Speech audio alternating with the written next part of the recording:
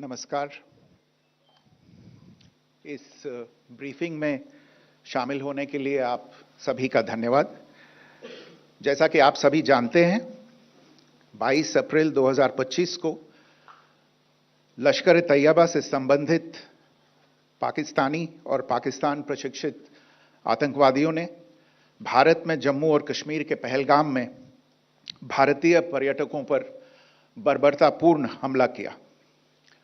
25 भारतीयों और एक नेपाली नागरिक को कायरतापूर्ण मौत के घाट उतार दिया गया। मुंबई के 26 नवंबर 2008 के हमलों के बाद यह भारत में हुई किसी आतंकवादी हमले में मारे गए आम नागरिकों की संख्या की दृष्टि से सबसे गंभीर घटना है।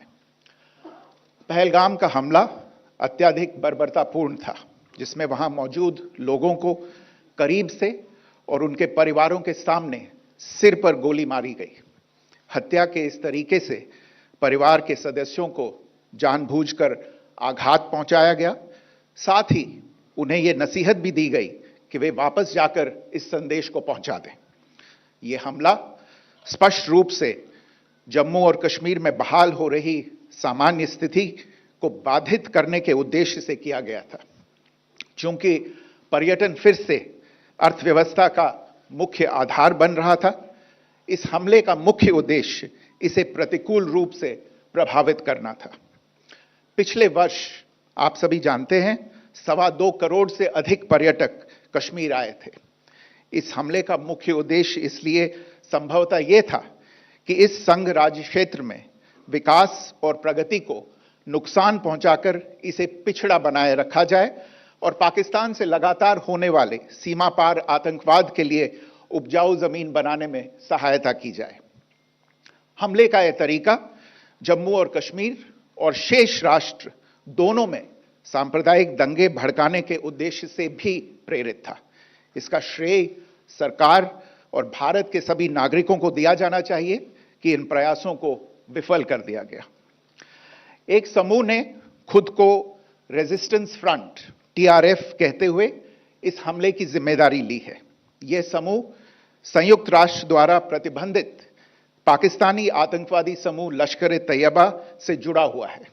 यह उल्लेखनीय है कि भारत ने मई और नवंबर 2024 में संयुक्त राष्ट्र की 1267 कमेटी की सैंक्शंस मॉनिटरिंग टीम को अर्धवार्षिक रिपोर्ट प्रस्तुत की थी, जिसमें टीआरएफ के बारे में साफ इनपुट दिए गए थे। इससे पाकिस्तान स्थित आतंकवादी समूहों के लिए कवर के रूप में टीआरएफ की भूमिका सामने आई थी। इससे पहले भी दिसंबर 2023 में भारत ने इस टीम को लश्कर-ए-तैयबा और जैश-ए-मोहम्मद के बारे में सूचित किया था, जो टीआरएफ जैसे छोटे आतंकवादी समूहों के माध्यम से अपनी गतिविधियों को संचालित कर रहे हैं। इस संबंध में 25 अप्रैल को यूएन सिक्योरिटी काउंसिल प्रेस वक्तव्य में टीआरएफ के संदर्भ को हटाने के लिए पाकिस्तान के दबाव पर भी ध्यान दिया जाना चाहिए। पहलगाम आतंकवादी हमले की जांच से पाकिस्तान के साथ आतंकवादियों के संपर्क उजागर हुए हैं। रेजिस्टेंस फ्रंट द्वारा किए गए दावे और लश्कर-ए-तैयबा से ज्ञात सोशल मीडिया हैंडल द्वारा इसको रीपोस्ट किया जाना इसकी पुष्टि करता है।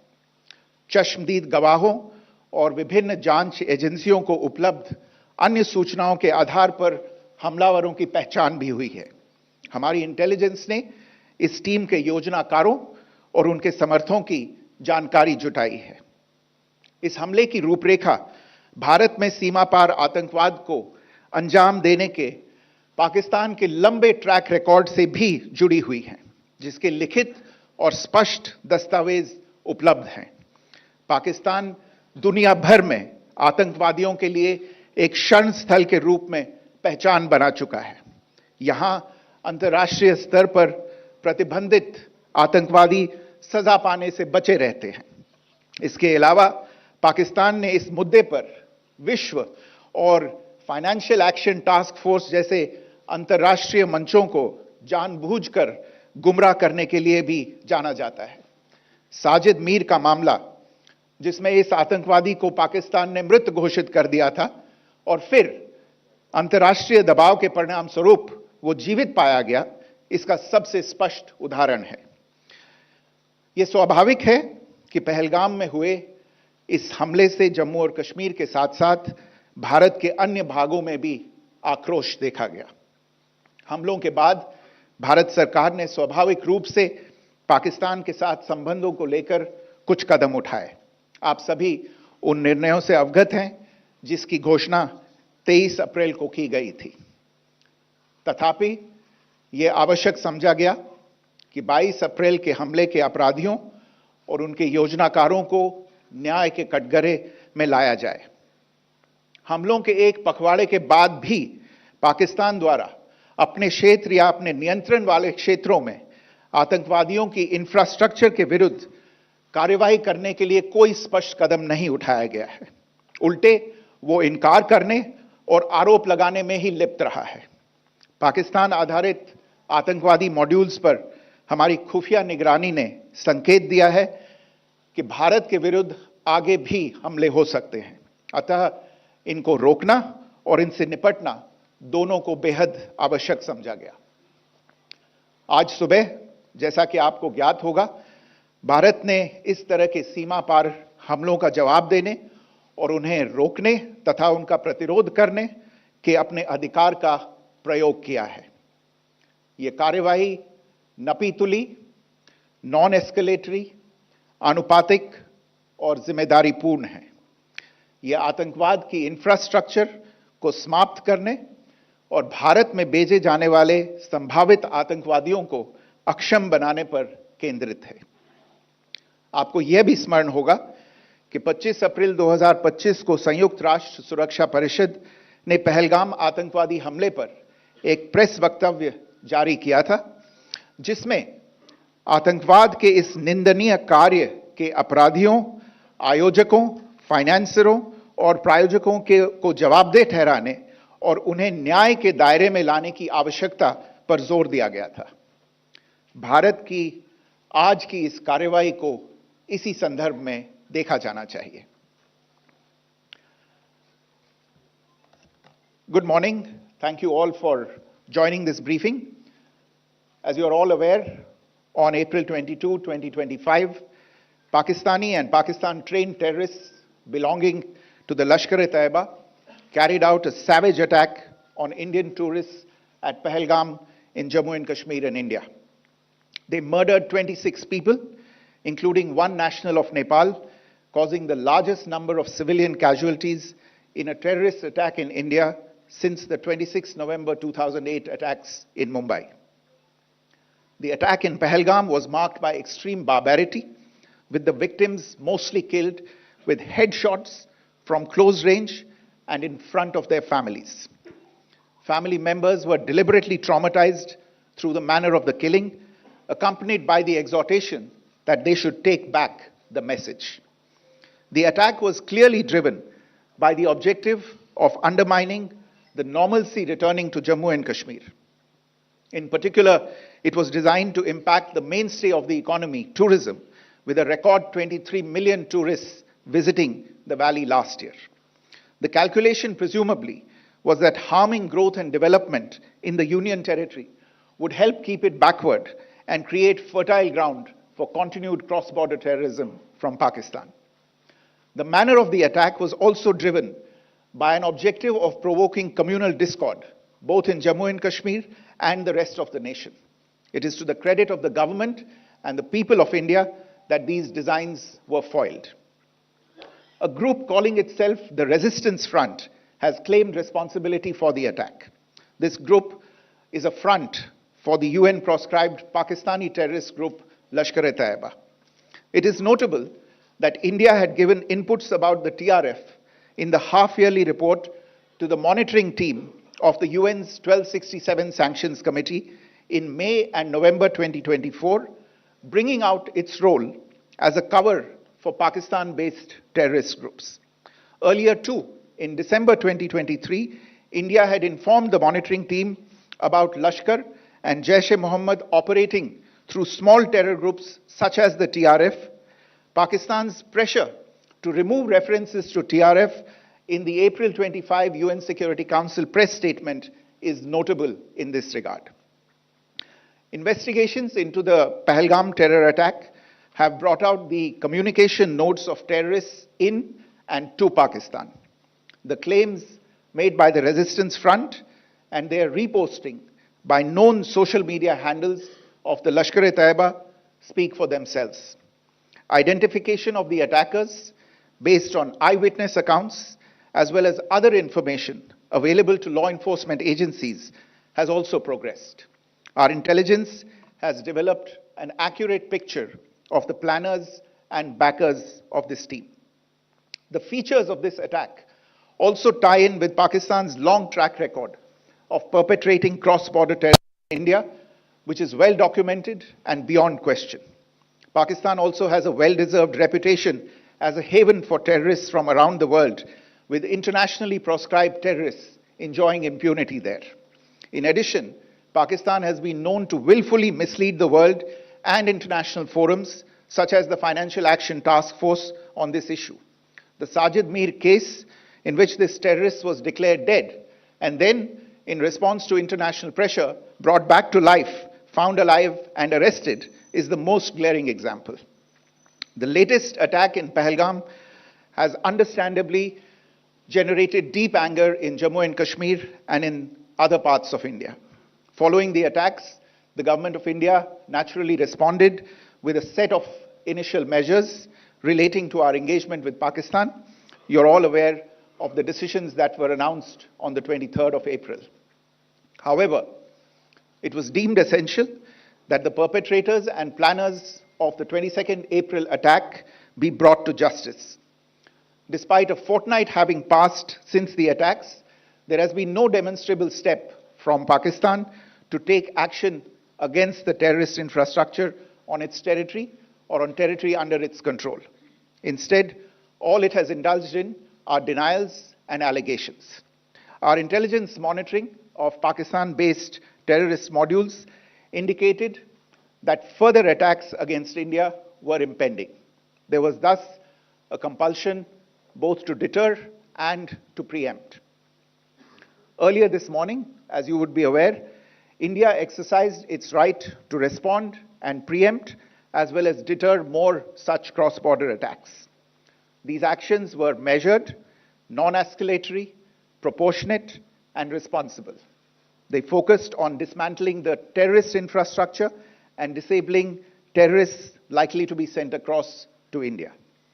You would also recall that the Security Council on 25th April 2025 had issued a press statement on the Pahalgam terror attack, underlining, and I quote, the need to hold perpetrators, organizers, financiers, and sponsors of this reprehensible act of terrorism accountable and bring them to justice, unquote.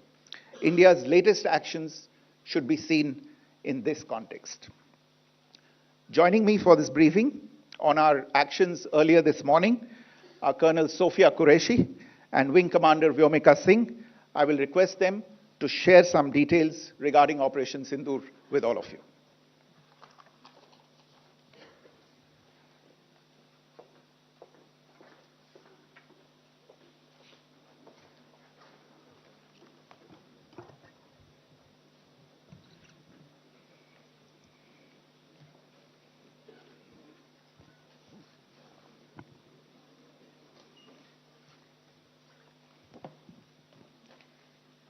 सुप्रभात देवियों और सज्जनों, मैं colonel Sophia Qureshi और मेरे साथ wing commander Vyomika Singh आज आपको 6 से 7 मई 2025 की रात 1:05 से 1:30 बजे के बीच भारतीय सशस्त्र बलों द्वारा अंजाम दिए गए ऑपरेशन सिंदूर के बारे में जानकारी देंगे। ऑपरेशन सिंदूर 22 अप्रैल को पहलगाम में हुए विभत्स आतंकवादी हमले के शिकार मासूम नागरिकों व उनके परिवारों को न्याय देने के लिए लॉन्च किया गया था। इस कार्रवाई में 9 टेररिस्ट कैंप्स को टारगेट किया गया और पूरी तरह से इसे बर्बाद किया गया। पाकिस्तान में पिछले 3 दशकों से टेरर इंफ्रास्ट्रक्चर का निर्माण हो रहा है। इसमें recruitment, indoctrination centres, training areas व लॉन्च पैड शामिल थे, जो पाकिस्तान और पाक अधिकृत जम्मू कश्मीर POJK दोनों में फैले हैं। Operation Sindoor was launched by Indian Armed Forces to deliver justice to the victims of Pahalgam terror attack and their families. 9 terrorist camps were targeted and successfully destroyed. Over the last 3 decades, Pakistan has systematically built terror infrastructure.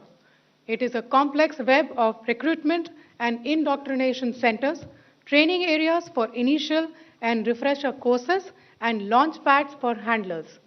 These camps are located both in Pakistan as well as Pakistan-occupied Jammu and Kashmir areas. Some of the well-known training camps are located, as you can see on the screen. They are distributed from Savai Nala in the north, counting to approximately 21, ending at Bhagalpur to the south. इन लक्ष्यों का चयन विश्वसनीय intelligence सूचनाओं के आधार पर हुआ ताकि आतंक गतिविधियों की रीढ़ तोड़ी जा सके, और यह खास ध्यान दिया गया कि निर्दोष नागरिकों और सिविलियन इंस्टॉलेशन को नुकसान न पहुंचे। The selection of these targets for Operation Sindoor was based on credible intelligence inputs and role of these facilities in perpetrating the terror activities. The locations were so selected to avoid damage to civilian infrastructures and loss of any civilian lives. This was done with due diligence, and the camps selected for targeting and their engagement will now be shown to you one by one. POJK के target मैं आपको बताना चाहूंगी। सबसे पहले सवाई नाला camp Muzaffarabad, जो कि POJK के लाइन ऑफ कंट्रोल से 30 किलोमीटर दूर है। यह एक लश्कर-ए-तौयबा का ट्रेनिंग सेंटर था। 20 अक्टूबर 2024 सोनमर्ग, 24 अक्टूबर 24 गुलमर्ग, 22 अप्रैल 2025 पहलगाम, इन हमलों के आतंकियों ने यहीं से प्रशिक्षण लिया था। सैयदना बिलाल कैंप मुजफ्फराबाद, यह एक जैश-ए-मोहम्मद का स्टेजिंग एरिया है। यह हथियार, विस्फोटक और जंगल सर्वाइवल ट्रेनिंग का केंद्र भी था। गुलपुर कैंप कोटली, यह LOC से 30 किलोमीटर दूर था। लश्कर-ए-तौयबा का बेस था, जो रजौरी, पुंछ में सक्रिय था। 20 अप्रैल 2023 को पुंछ में और 9 जून 2024 को तीर्थ यात्रियों के बस हमले में यहीं से आतंकी को ट्रेन किया गया था।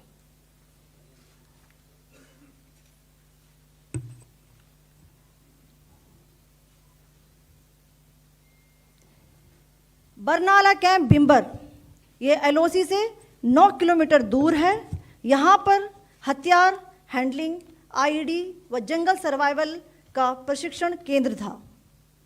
अब्बास कैंप कोटली,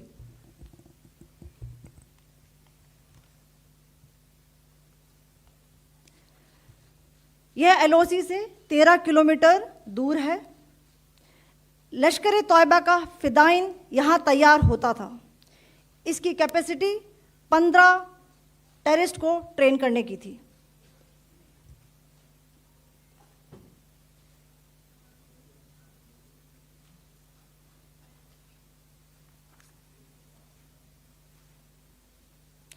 अब मैं पाकिस्तान के अंदर के टारगेट से अवगत कराना चाहूंगी। पहला, सर्जिकल कैंप सियालकोट। यह अंतर्राष्ट्रीय सीमा से 6 किलोमीटर की दूरी पर है, सांबा कठुआ के सामने।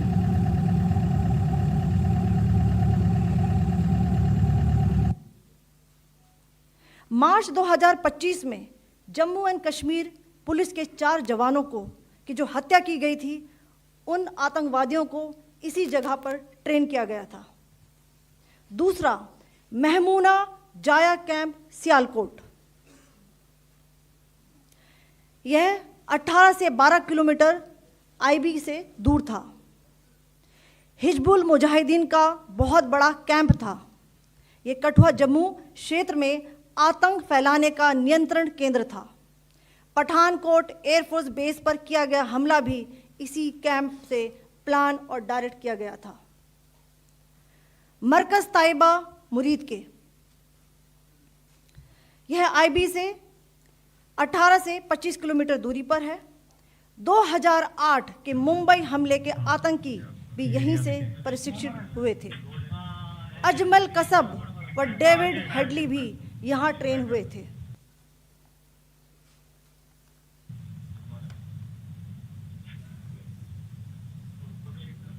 आगे दूसरा आया।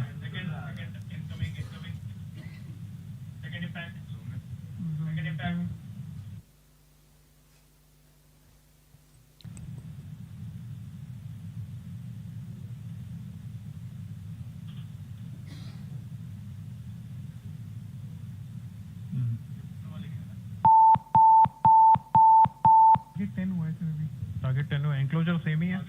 7 it is hit the target. हाँ हाँ।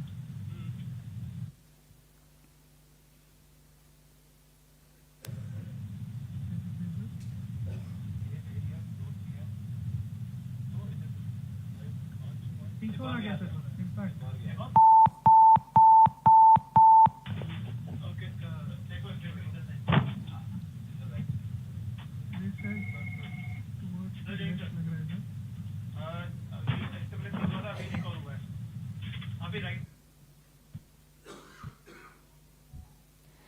मरकज सुभान अल्लाह भावलपुर, यह इंटरनेशनल बाउंड्री से 100 किलोमीटर दूर है। जैश ए मोहम्मद का मुख्यालय था। यहाँ पर रिक्रूटमेंट, ट्रेनिंग व इंडॉक्ट्रिनेशन का केंद्र भी था। शीर्ष आतंकी अक्सर यहाँ आते थे। मैं आप सबको बताना चाहती हूँ कि किसी भी सैन्य ठिकाने का निशाना नहीं बनाया गया और अभी तक किसी तरह की नागरिक क्षति की रिपोर्ट नहीं है। धन्यवाद। जय Hind. The strike on the terror camps were undertaken through precision capability, as shown to you. A niche technology weapons with careful selection of warheads was ensured so that there will be no collateral damage. The point of impact in each of the target was a specific building or a group of buildings. All the targets were neutralized with clinical efficiency, and the results reiterate the professionalism of the Indian Armed Forces in the planning and execution of their operations. No military establishments were targeted. India has demonstrated considerable restraint in its response. However, it must be said that the Indian Armed Forces are fully prepared to respond to Pakistani misadventures, if any, that will escalate the situation. Jai Hind, and thank you very much. Ladies and gentlemen, friends in the media, I ask your indulgence today in view of the fact that this is still an evolving situation. We will therefore not be able to take questions and answers today, but we will come back for more updates and more briefings shortly. Thank you all very much for joining us this morning. Thank you. Jai Hind.